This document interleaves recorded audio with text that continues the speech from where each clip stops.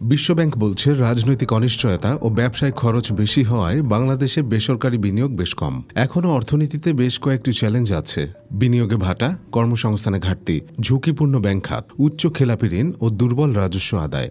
ঢাকায় press briefing করে এসব কথা বলা হয়েছে বিশ্বব্যাংকের পক্ষ থেকে। বিশ্বব্যাংক আরও বলছে, গত কয়েক মাস ধরে মূল্যস্ফীতি কমলেও এখনও তা অনেক বেশি। গত আগস্টে মূল্যস্ফীতি ছিল ৮.৩%। দারিদ্র্য বেড়ে যাওয়া নিয়ে বিশ্বব্যাংক বলেছে, দারিদ্র্য বেড়েছে, কর্মসংস্থান সংকুচিত হয়েছে। বাংলাদেশের অর্থনীতি সাম্প্রতিক সময় দৃঢ়তা দেখালেও টেকসই প্রবৃদ্ধি ও ভালো কর্মসংস্থানের জন্য সাহসী সংস্কার এবং তার দ্রুত বাস্তবায়ন চায় বিশ্বব্যাংক। রাজস্ব আয় বাড়ানো, ব্যাংক খাতের দুর্বলতা দূর করা, জ্বালানি ভর্তুকি কমানো, নগরায়ন পরিকল্পনা ও বিনিয়োগ পরিবেশ উন্নত করার ক্ষেত্রে জোর দেওয়ার কথাও বলেছে বিশ্বব্যাংক।